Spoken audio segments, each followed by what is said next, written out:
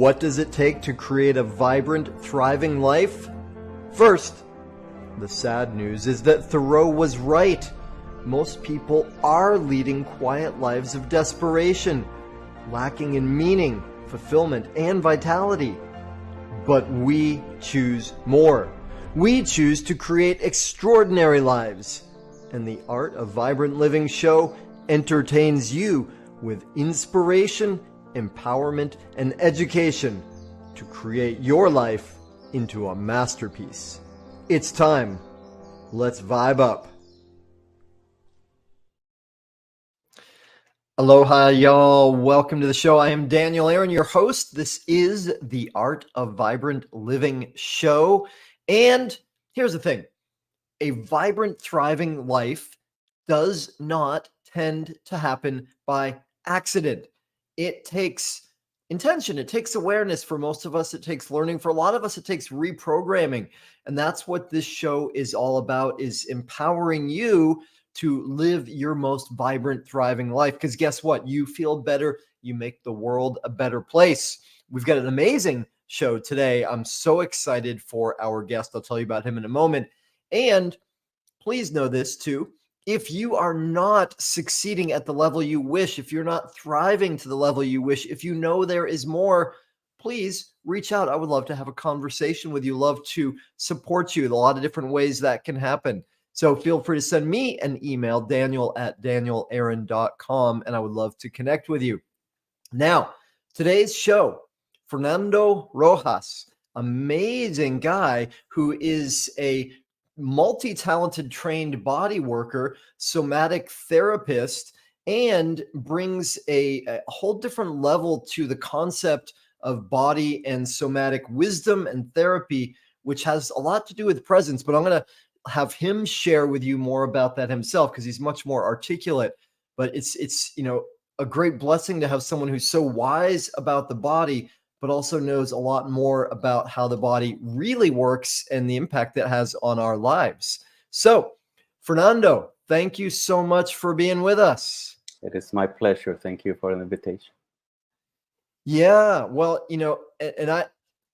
first thing I want to say, actually, because I want to hear from you, and I'll invite you to tell a little bit of like, how did you get to this point in your life? But I'll say one thing for me, which was, there's a great line from, one of the famous Russian playwrights, Fyodor Ilyich. Oh, it's almost coming to me. And the line is, lived a short distance from his body, right? Famous character. And he lived a short distance from his body. And I remember when I read that, I was like, holy shit, that's me. Like I spent the first, 20 years, 23 years of my life so disconnected from my body, so unaware of it, that when I realized like there's this concept of body intelligence and being conscious in my body, it changed everything. And it was a long road to sort of develop some awareness, but it was such a huge turning point in my development. I'm really just such a fan of the kind of wisdom and experience that you have and that you bring to this. So would you be up for telling our audience just a little bit about, how did you arrive to this point? How did you get into this and what you're doing? With pleasure, with pleasure. What I do mostly is I teach massage therapists a particular way of being in order to take advantage of body intelligence, somatics. This includes presence. It includes the power of awareness, and it has a particular way of seeing, of explaining, and of describing how is it really that we can affect another body with touch, which is not necessarily prescriptive, and I say it's more receptive. But how did I get here? Well, I am also trained in design, and that's my first. That is my first career, if you could say that, the earlier career. I still do some of that, and but I always had an interest in touch, in energy of the hands, and so on. And I used to play a lot with with that, with just placing my hands on a forehead and see if I could take a headache out. And of course, I think all massage therapists have the story um, of putting their hands on someone, and people telling them you should study this because it feels so good. And so I decided to go train, but the training that I received was a training that is also related to another aspects of my life that I'm interested in, like yoga and meditation and so on. And so I went and I studied a particular kind of body work that has a strong meditative component. From that, of course, I also seem to enjoy teaching and explaining things and breaking things down. And so I taught massage for a while, like 4 years in New Jersey, and I started to come up with ways of explaining things in a way that I could understand it, and that sort of developed into gathering some of the most influential bodywork modalities that I studied, and coming up with this, this way, this thing that we call somatic mindfulness, to teach first my students at the massage school, and then as continuing education to massage therapists, and I've been doing that for about 10 years. Fantastic. That's cool. And I love the integration of the different components that you bring to it. So let me ask this. This is going to sound like a really stupid question. And it's super, super basic, though I think it'd be an interesting jumping off point. And I just really want to hear the way you will respond to this. Like, what is the importance of the body when it comes to living well? If we just say that, living well, having a thriving life, being happy, how is the body related to that, or is it? Hmm. I could be biased, but it is way more important than normally we would think, in my view. Um, Having a relationship with our bodies can correlate to the way that we live, and even to how much do we thrive, even in any aspect, relationship, abundance, and so on and so forth. Um, if you take, I know I like your word vibrant, and that that that can relate to the frequency, you know Mm. and our bodies, when they are at their best, they tend, you could say, vibrate. They tend to vibrate in a particular way.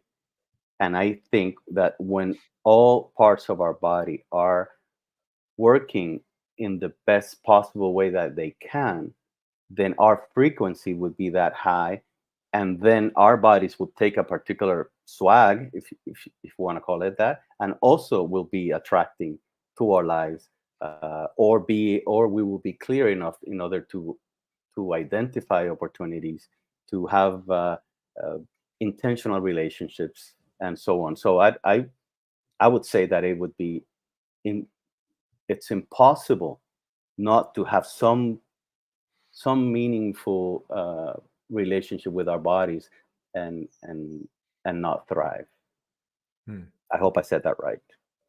I follow what you're saying, and I'm with you, and I know I'm biased also, right? Having been, having had that background that I had of growing up in a family of fat people, a family where it was the mentality of better living through science, the standard medical model, get sick, take a pill. Mhm. Um, I have no responsibility for this machine. I'm just happen to be running it. Like that was the mentality I grew up with, and when I got the shift and realized like, oh, actually, I think there's something to this. Then I went really deep into it, and with body work and yoga and all kinds of things. So I'm biased too, um, and and it's an interesting one because like sometimes the way I think of yoga is it's not about the body. Like yoga is really about developing consciousness, right? Developing awareness, developing spirit, getting relationship with spirit, and we use the body because it's a very effective way of getting there.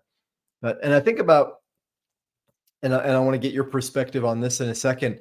One of my teachers years ago that some would have described as enlightened, very aware, wise being on many levels. And so much of what he was teaching us is that you're not your body, right? You are this infinite spirit who's inhabiting this body. And, of course, on a certain level, that's inarguably true. And what I saw in his behavior was because he didn't identify with his body, he didn't really take care of it. He didn't really pay attention to how he moved it or what kind of foods he put into it. And he wasn't horrible with it, but, certainly far from its potential. And his perspective was like, it doesn't matter. I'm not that. So why do I care? And I always thought, fair. However, what would it be like if you did revere it? What if you did treat this body with great love and respect and hone it? And that's part of what I hear you saying is like when we really optimize the body and get it into, peak shape or its vibrant natural health, then we're vibrating at a different level. And I think that's got to change the entire experience of life. So that was a long introduction to a question to say, what do you think about what he said in that perspective? How do you relate to that? Yeah. So and of course we can use common sense, right? In that sense. And so how would it make sense to not include the body if we have it, if we are contained in it, or however you look at it, it makes sense, and it even makes sense in all the machines that we create. You have to take care of them anyway. You have to change the oil, in your car and so on for it to last. So it doesn't make sense to not have the body as part of your spiritual experience. And the yoga, the yoga, I guess you could say, points of view that I have been exposed to are are are they think that the body is really important. And in fact, that you cannot leave the body out of the equation, right?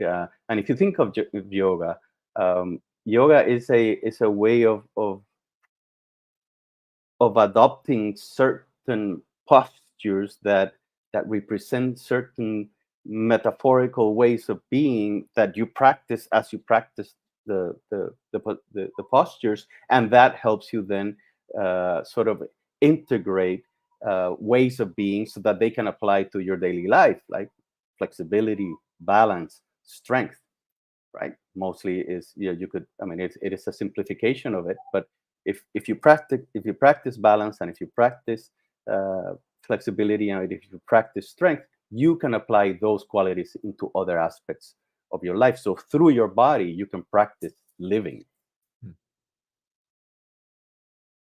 Yeah, 100%. Okay. So something else, when we were speaking earlier, you helped me understand how much you bring this quality of presence to the types of somatic or body work therapies. And when you were speaking about that, I flashed back to, I lived in Asia for many years, and one of the things that people, Westerners, go to Asia, they're like, it's so great, you can get a massage for $10, $5, and when I first got there, I was like, wow, that's all.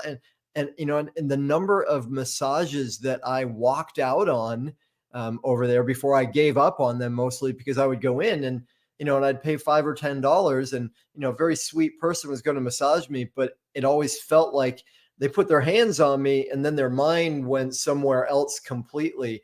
And it just like creeped me out. I was like, I don't feel good with somebody touching me when they're not there. It was weird.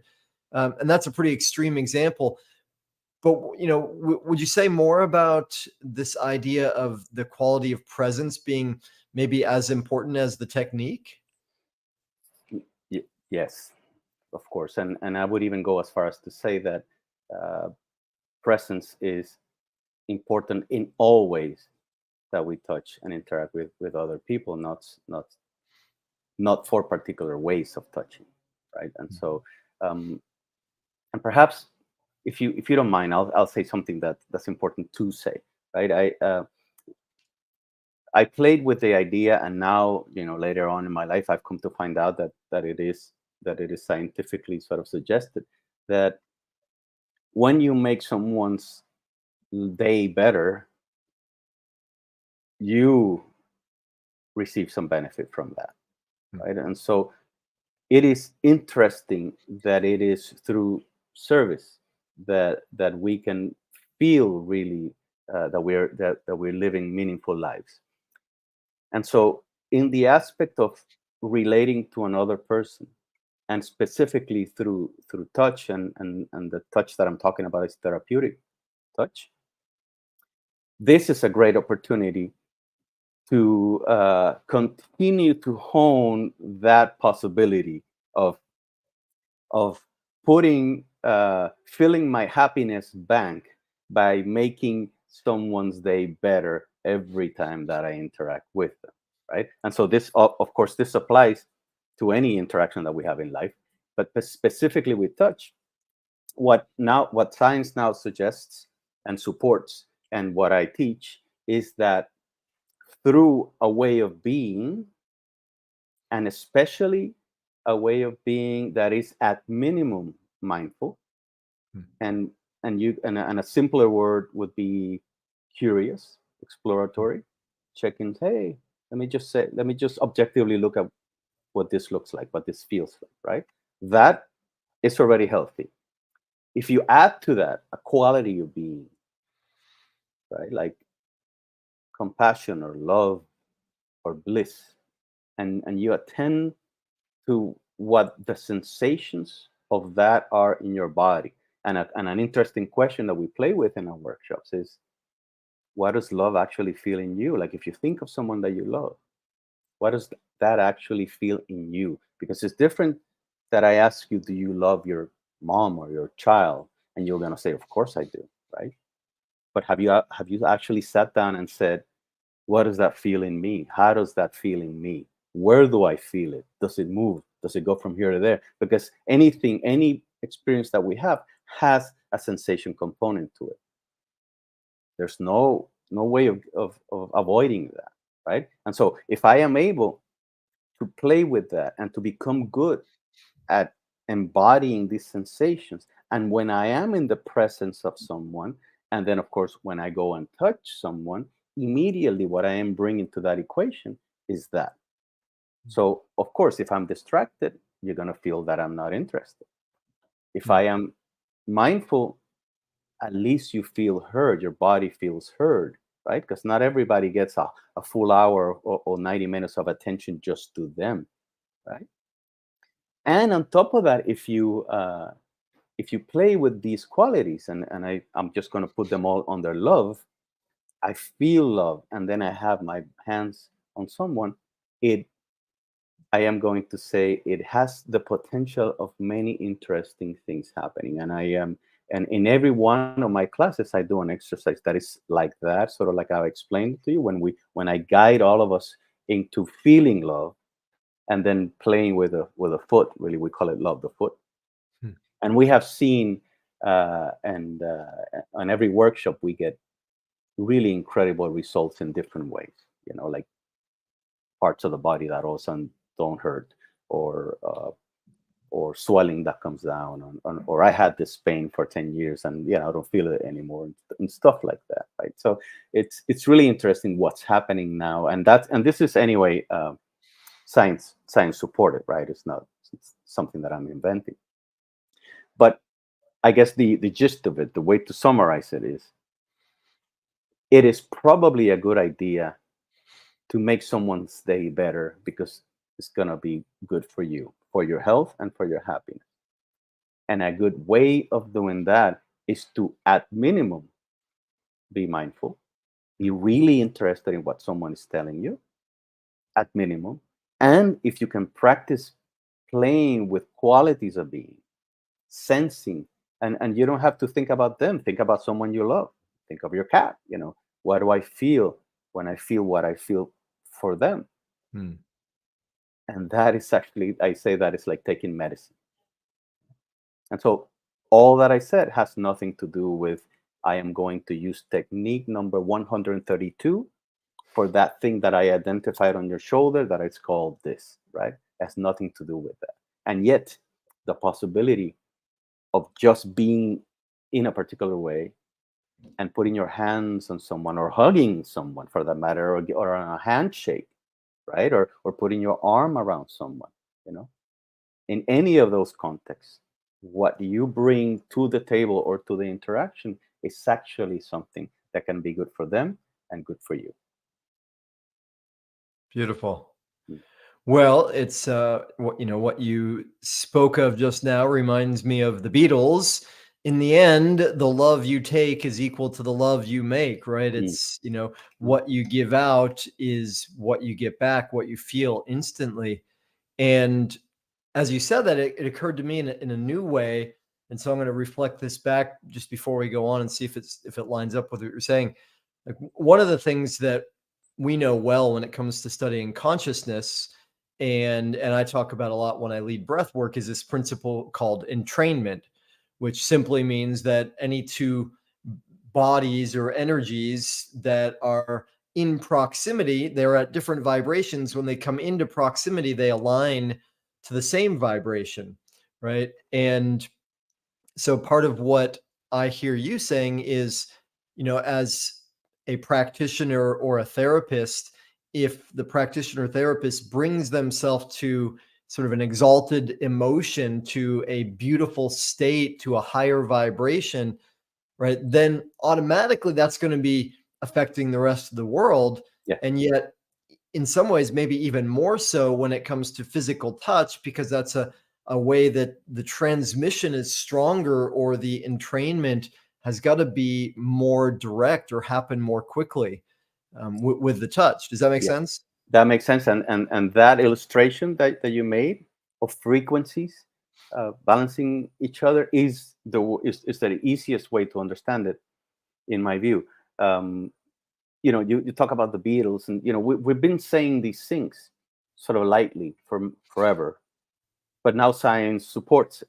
Now this can be measured, and so it makes it real easy to just and of course, again, using that type of music, give this a chance, right? Don't believe it, just give it a chance. Yeah. Try it and see if it has any results, either in a conversation that you have or in something that's going on with your body, and so on. The body is always telling us something, right? And all we have to do is stop for a second and hear it, not do anything about it, just answer the phone, Hmm. right? And be there with it and really understand what's going on. We talk about a headache, right? I have a headache. And I say, really, we have a headache? Because the head is really big, right? Is it here? Does it move? Is it static? Does it pulse? Right? And so it's sort of like being respectful to my body, to really pay attention to what it's actually saying, and not come up with a quick label and saying, hey, oh no, I have a headache. No, no, you have pressure here, and you have pain here, and you have pulsing here, and that's a different thing than saying I just have a headache and then brush it off. And so, to go back to what you said, I think it's a fantastic way of understanding, right? I When I assume a particular state of being, I vibrate in a particular frequency, right? And frequencies are all over the place now, like the different kinds of frequency.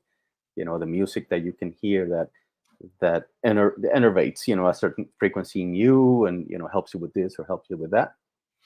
When we interact with someone else, you would think that the higher frequency is going to pull that lower frequency to you, right? And everybody then is going to be on the one that is most beneficial, because you got to think that there's an intelligence that is bigger than us, and that what it has is the best, the intention for us to be the best version of ourselves that we can. Hmm. And it correlates to everything. If we're all going to survive as a species, we're all going to have to help each other out, right? Yeah. And it seems like it's a good idea to help myself out first, so that I can actually help someone else, and not act as if I have a tool that is going to help everyone. Hmm. Because if everybody worker knows that it doesn't matter if this one technique helps this one person, it doesn't mean that it's going to help every other person with a particular thing. And so, well, let me stop there. That's Yeah. great. No, I love it. And I love your passion for this, right? The fact that you've dived so deeply into this realm and, and I can feel how much you care about it. Which actually that reminds me of something else that I wanted to ask you about.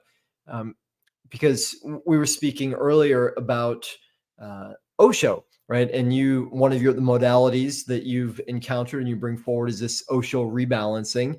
Mm. And I remember years ago when I was studying a lot of the Osho work and living in an ashram, one of the things that he said is that the most important aspect of a therapeutic relationship is the love of the therapist.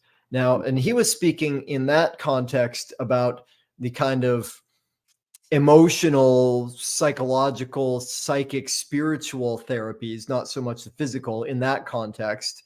Not that it's necessarily any different, but it was kind of a radical idea at that point because we had grown up in, or there was still popular in those days, like in the 70s, this idea that the therapist is this, sitting back in a chair with a pen and paper, very clinical, detached, and so this idea of the therapist not being a neutral, but actually bringing love and care to the relationship. Not only is that valid and important, Osho was saying that's the most important part of it.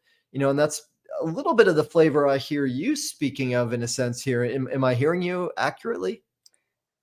I'm going to say precisely, right? So it is just that. Is from the 70s on to now, love, the power of love, the love movement, it's all with us, right? It's just that it depends on what it gets associated with, and whoever has the loudest voice, what do they say about it? What is beautiful now is that there is science, like, and you can go check out the Heart Math Institute and Dr. Joe Dispenza's work to see that it's not a thing where I can act as if I'm separate to the person that I'm relating with. It is more of a, through love, the closer I am to love, the more effective my whatever I do is going to be, in the case of my work, body work. But in whichever interaction that I have, the closer that I am to love, the more it naturally is going to be better for both of us. So Osho made it a point to go deep into that as much as you can, and develop love in yourself as much as you could, in order to be able to offer it, and offer it for free, right? So he was all about, we used to say that one of the most important things in a relationship is freedom, Hmm. right? You offer the love. It's almost a one-way ticket. Right. Hmm. You offer it, and then love blossoms. It's not I offer it and then I'm expecting you to offer it back. Yeah, makes sense. Oh man, it makes so much sense, and I take that in sort of a personal way because my experience as a kid, and now I have so much appreciation and respect for both my parents. They were doing the best they could, and I look at my own mother, and she literally said to me over and over again when I was a kid, she said, Danny, love is not a one-way street. And she was saying that basically because she wanted me to be doing more. And fair enough. I didn't really want to wash the dishes every night, and I didn't always want to rake the leaves, but that was important to her. And in retrospect, I wish I had done more of that. But on the flip side, when my daughter was born, I made sure to give her the message like, you don't owe me anything. It was my choice. And it's not only my duty, but my great privilege to love you and take care of you. That's the deal. You don't owe me anything. Yes. So, and then the other piece I'll bring in that cracks me up is I had a friend who lived at the Osho ashram in India for many years. And he would make jokes about it, and people would go there and say, "Oh, I hear this is all about free love." And the standard response would be, "Well, do you normally pay for it? How does that work?" So Yeah. yeah, I mean, love and freedom are like maybe the juiciest parts of life, and it's shocking how much we have learned to put conditions and restrictions on those. And if you know, and of course uh, you bring your daughter. I have three daughters, and in very many ways, my life revolves around that Hmm. specifically, and everything that I do does have some component of them in there, if you want to call it that. I have said, and I stand by it, that this work, this, and Milton Traeger used to say, um, I have this thing and it works, right? I say there is something to this, right? There is something to this that is important on a world level, on a human level. um, and I have it, and my daughters are going to benefit from it, Hmm. and that to me is enough.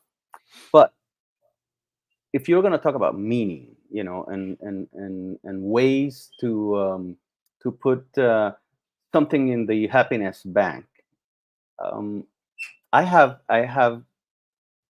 heard this man, and his name is Simon Sinek, I think, and he talks about the why. Why do you even do this, right? And I have an answer for that, and the answer is, and this is a true story.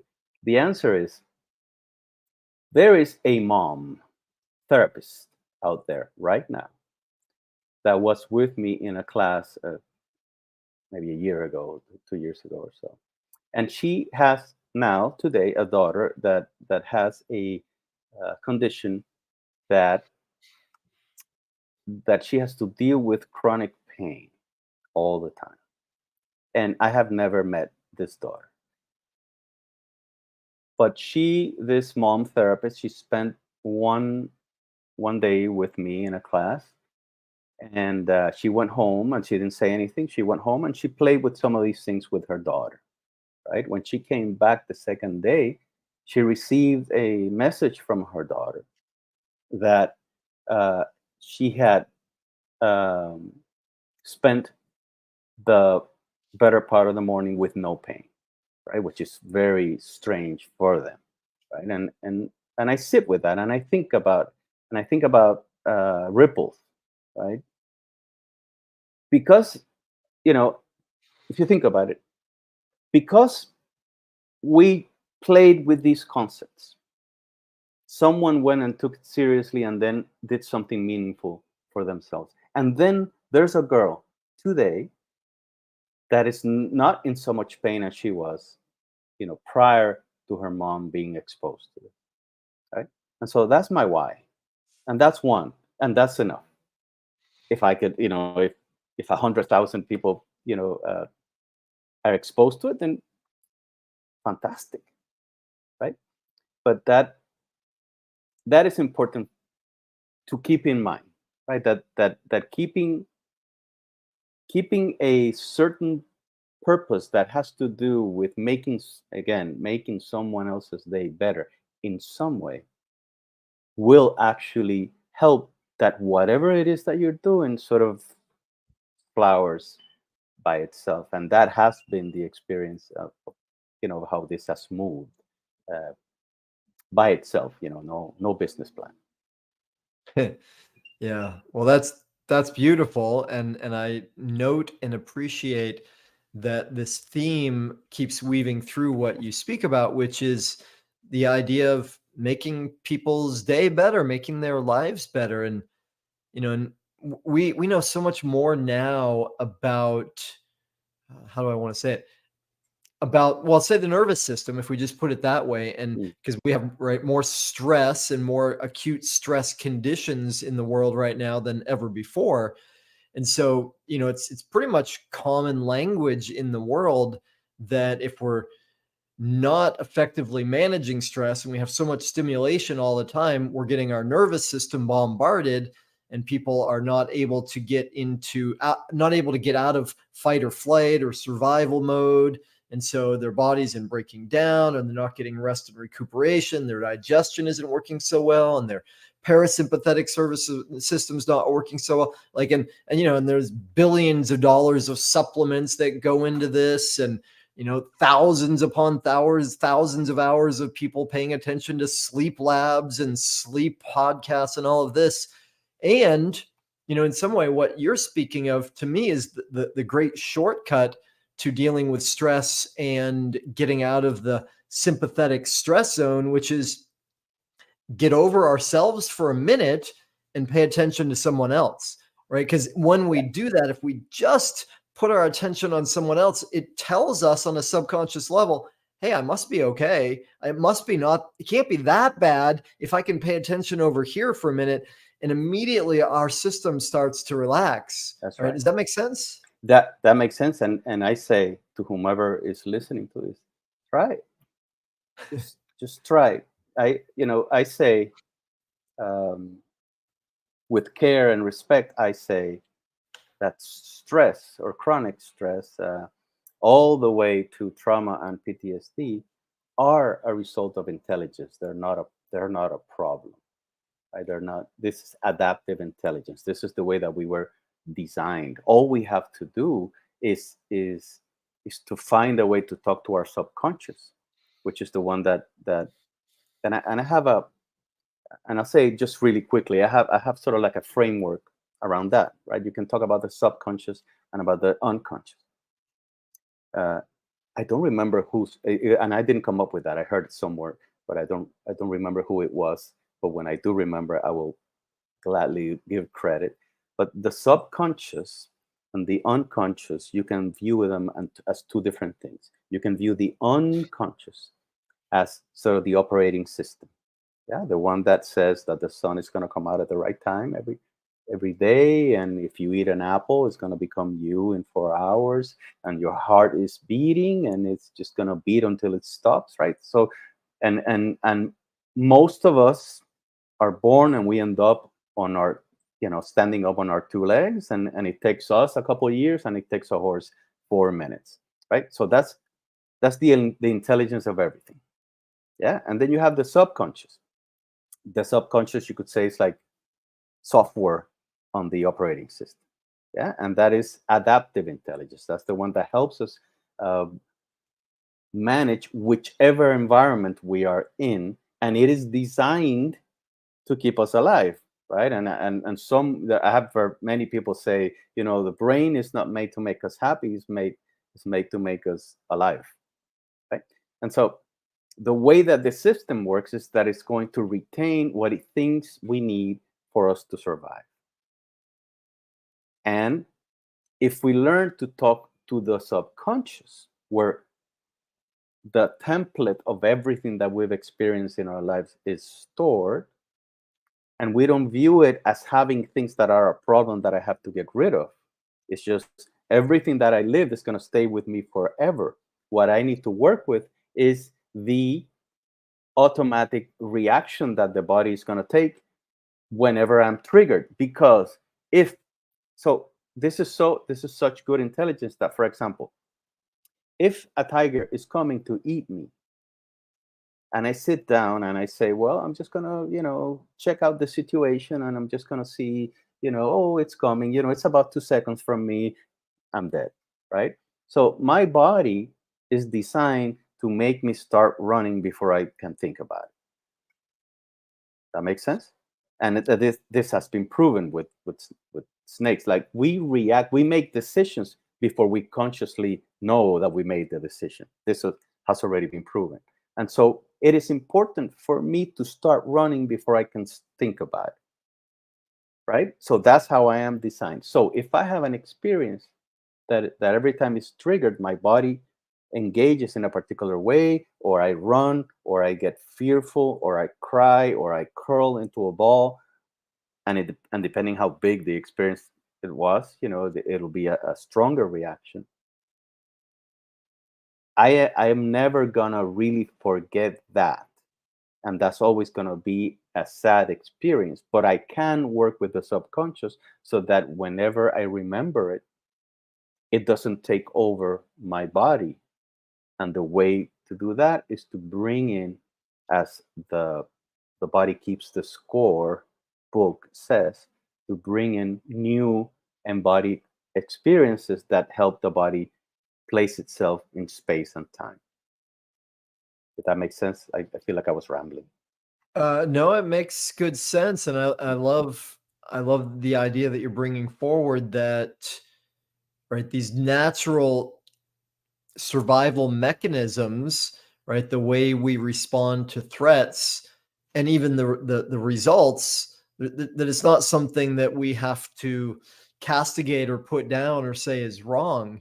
Hmm. Um, and what I bring to that is, all right, and let me say it this way. I'm sure I'll offend somebody somewhere somehow. I always have that capacity. But years ago, when I was living in an ashram in Holland, and we were doing really intense therapies, right? These confrontative, screaming, yelling therapies, and the philosophy that was given was, what we're going to do is take all of our negativity and throw it out, right? And this is what I think of as cathartic therapy, right? Yeah. And there's a bunch of different variations, and the idea is all kind of the same, which is whatever you have in you that you don't like, you throw it out, Hmm. right? And and I have a lot of appreciation because I think I got a lot from those experiences. In some ways, it was that I became aware of the stuff that was inside that I didn't know about. Yes. Um, Yet at the same time, I feel like when we are doing that, throwing it out, when we are catharting, what we're also doing is, well, we're missing the message, we're missing the intelligence, to use the word you used, and we're also creating this sort of cyclical vacuum creation that as soon as we throw it out, there's this emptiness, and my system is going to fill it up in some way with the same type of energy.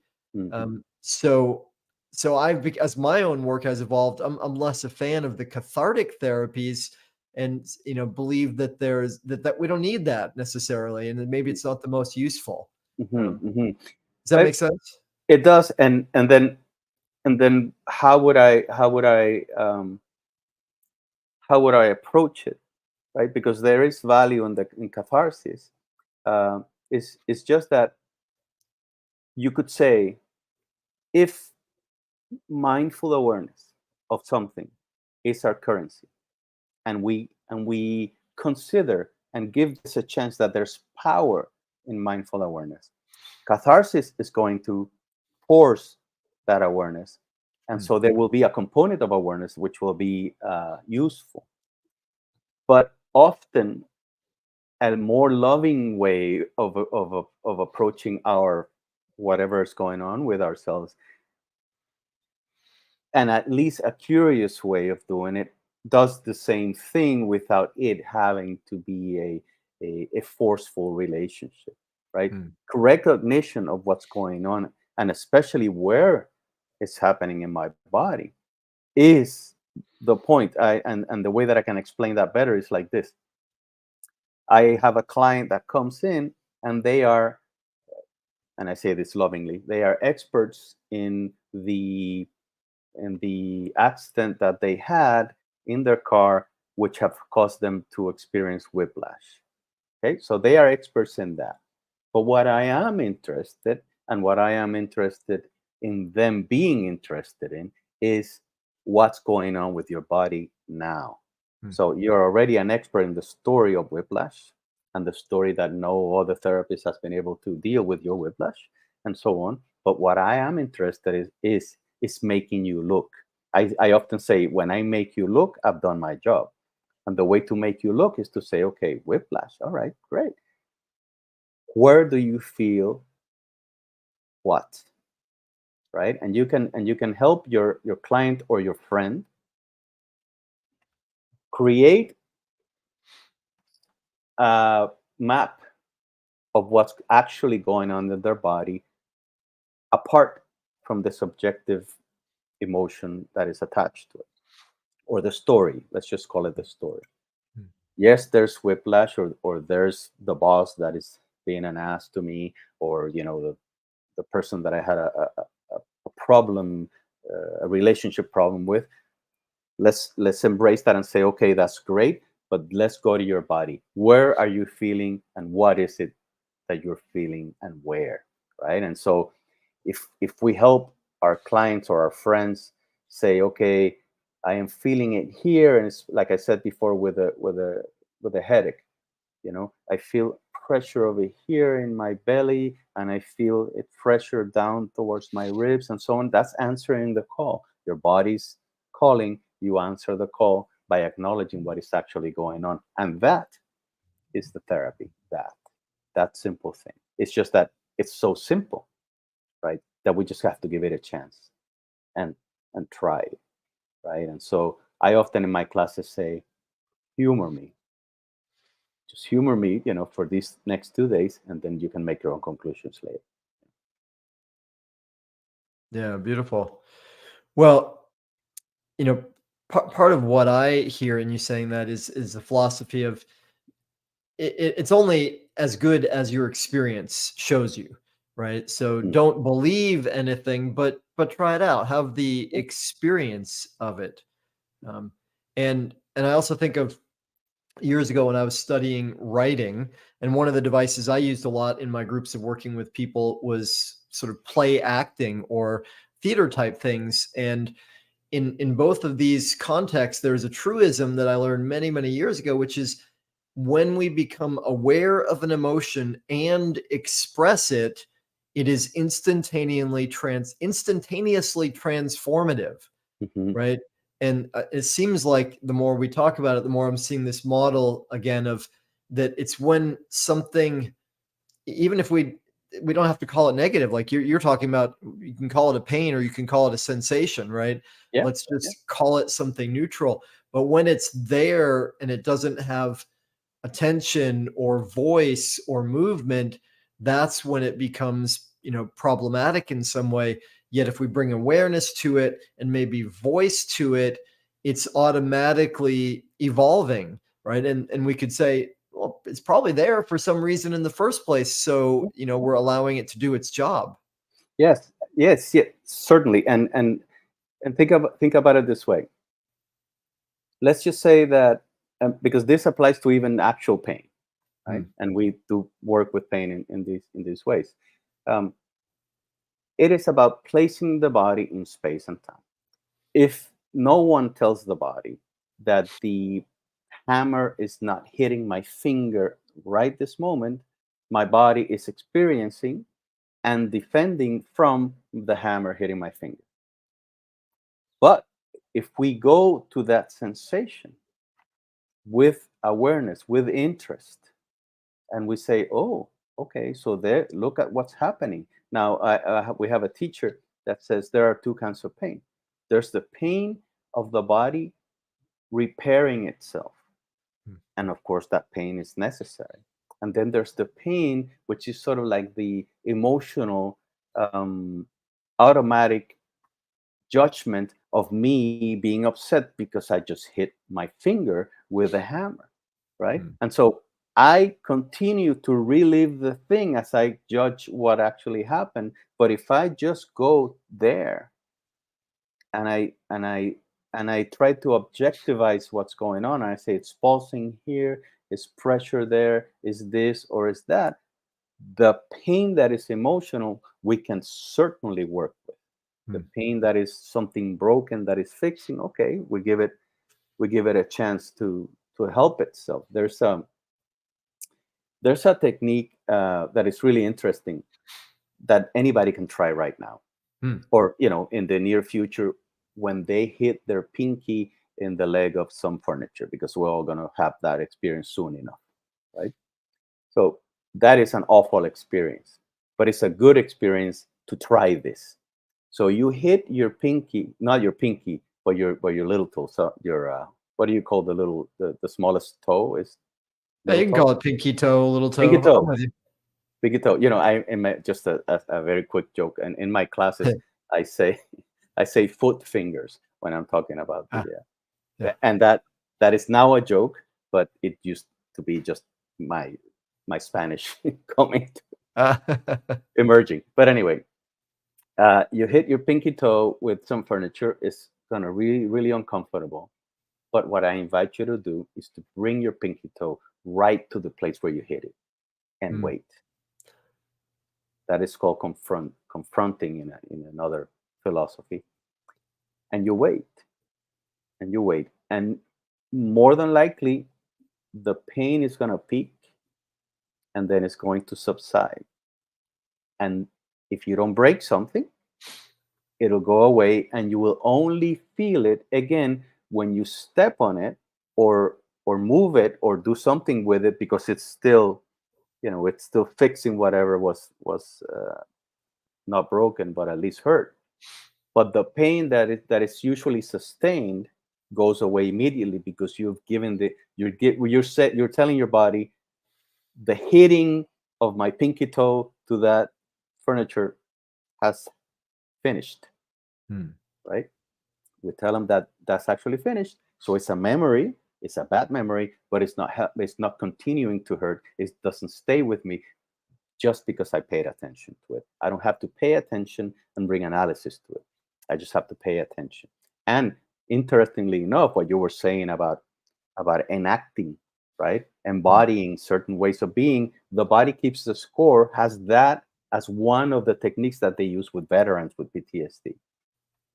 As far as embodying certain ways of being that just change, just gives it's not getting rid of something, it's telling the body, here's another way that you can be, here's another opportunity for you.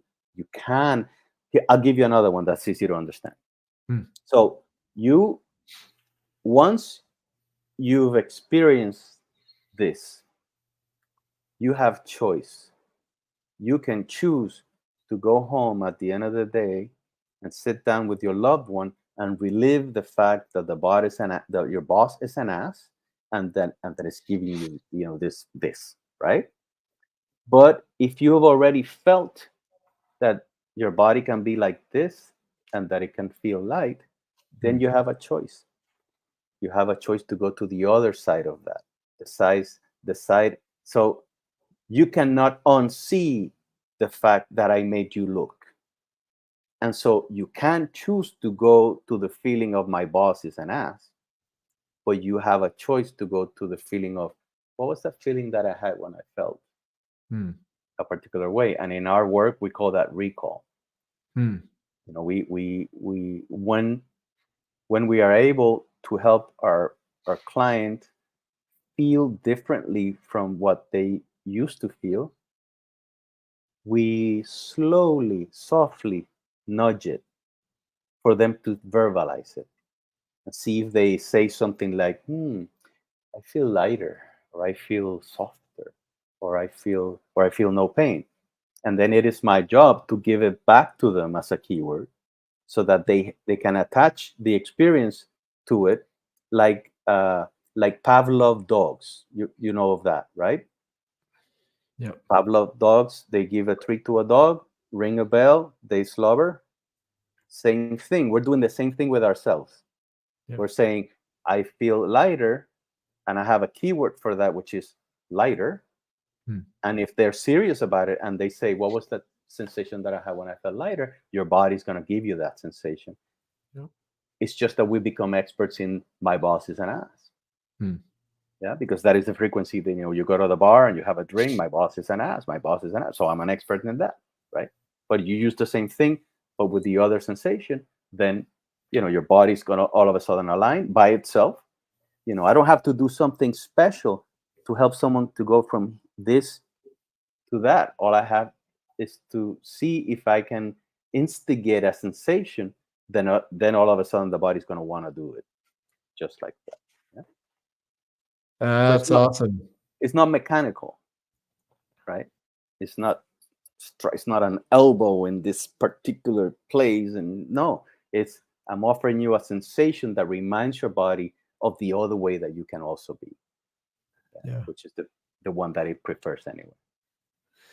Yeah, I mean, and the way you describe it, it sounds don't know if easy is the right word, but accessible, Hmm. right? And without the fight or the struggle. Um, and I love what you said about what happens when we, knock our toe against the furniture. Some years ago, I came across a method from what's the guy's name from Scientology? Yes, Um, uh, that's it. That's it. That's what I got it from. oh, interesting. Yeah, cool. So the way I L. heard it, L. John Hubbard. right? Yeah, exactly. Ron Hubbard, who and Ron complex Hubbard. dude with lots of problems, and we don't Sure. have to take all of that on. But at the same time, he tapped into some wisdom. And I remember a friend of mine saying, whenever you hurt yourself, do this. And the instruction was rewind, go back in time to what you just did.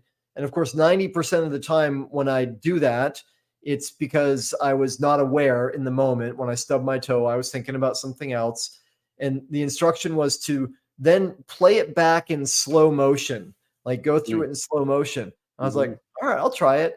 And I found invariably the pain either went away or just greatly reduced. Yeah. And I found that fascinating. I never had really such an explanation until you shared what you did. That's awesome. And the word that they use is confronting.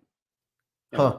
It's not such a nice word, but it is. It is, again, awareness, Yeah. paying attention in an objective way to whatever is going on. What I say is that it activates an intelligence that is already there, that it is designed to work in conjunction with awareness. Yeah. Right? They Scientologists also have another technique that is really interesting. It's called the touch assist. And what it is that it brings the body again to here and now by, I believe, if I remember it it's they have you close your eyes, and then you don't know where they're gonna touch you, and you're expecting them to touch you, and then they go here and here and here, and it's just forcing your attention to go to different places, bringing you right into this moment. So these are all uh, buzzwords like present moment awareness and mindfulness and so on, and even love, and they are overused. Hmm. So this is why it's important to come with an open mind, give it a chance, like a real serious chance, and then see if it works. And if it works, then call it whatever you like. But that's what it is. you know? Yeah. Beautiful. Fernando, we are nearly out of time. So let's check in and see if people would like to get in touch with you, access the variety of gifts that you bring to the world. What's the best way for people to connect to you? I have so somatic mindfulness is the two words that I'm using. And so my website is somaticmindfulness.co, I also have a Facebook and an Instagram, which are somatic.mindfulness. Yes, Okay. those are Got it. those. Yes, Perfect. And so if y'all are listening rather than viewing, Somatic, just to be sure, it's Somatic. Mindfulness is just like you would think. And then be clear that Fernando said .co, not .com, right. .co. Right. So beautiful. All right. Well, that's fantastic. And then I think if it's okay for you, Fernando, I will ask you the last question, the big question, the impossible question. And that is because you have so much experience, right? And you've studied so much, you've worked with so many people. And as we know, to create a vibrant, thriving life, it's there's a journey involved in that. Still, if you had to distill all of that and say just one thing to our audience, what's the one thing you would say that would help them most to create a vibrant, thriving life? Yes. One thing that our bodies are designed to do is to respond to habit. And the beautiful thing about that is that, and I often compare it or frame it around a concept called a term called hormesis with an H, which is which is sort of how vaccines work and how homeopathy works and how cold therapy works, which is you give a little bit of something to the body recognizes it and then prepares for it, or creates the immune response, or you get the full benefit of it, even though you may not get it in its full strength. And so every day, first of all, humor us, right? Humor me, humor us. Take 5 minutes every day. You don't have 5 minutes, take 1 minute every day. 1 minute, and find something in your body, some sensation, any sensation. It could be pain, it could be pressure, or it could be something nice. And just pay attention to it without any expectations, and then and see what happens.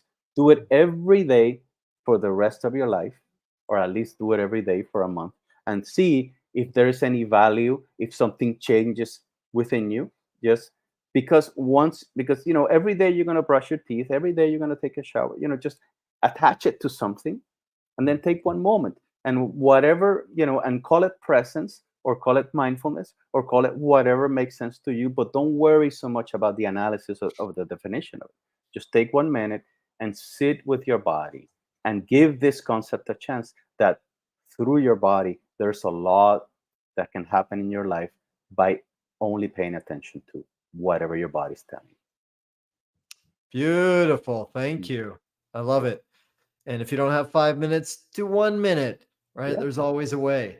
So There. Fernando, thank you for not only for being with us. I so appreciate you taking the time out. I know you got a lot on, including your 3 daughters. So thank you for being with us, but also thank you for your keen interest in studying the wisdom of the body and therapeutics, and and that part of you that is so caring and wanting to support and is supporting and helping other people make their day better, make their bodies better, make their lives better. You've cultivated so much wisdom, power, and love in you that your presence here is a gift. So thank you for all of that. It has been a privilege, and if you think about it, it's almost a selfish act, right? Because whatever I do that benefits others, it's going to come right back to me. Good for the goose, good for the gander. I'm with you. Indeed. Yeah. Right on. All right. And y'all who are with us as audience, viewers, listeners, thank you. Because you being interested in creating a vibrant, thriving life, and even better, doing something about it, getting education, and hopefully applying something that you learned today into your life, not only does it make your life better, as Fernando just said, it makes the world better. You make the world better, you make yourself better. It's a virtuous cycle. And I am so privileged and honored to be part of that journey with you. So thank you for joining us, and come back soon, because we got another show coming up really soon that's going to blow you away. And until then, please continue to make your life a masterpiece. Aloha, y'all. Mahalo for tuning in to the Art of Vibrant Living show, y'all. I'm Daniel Aaron, and may you live with great vibrancy.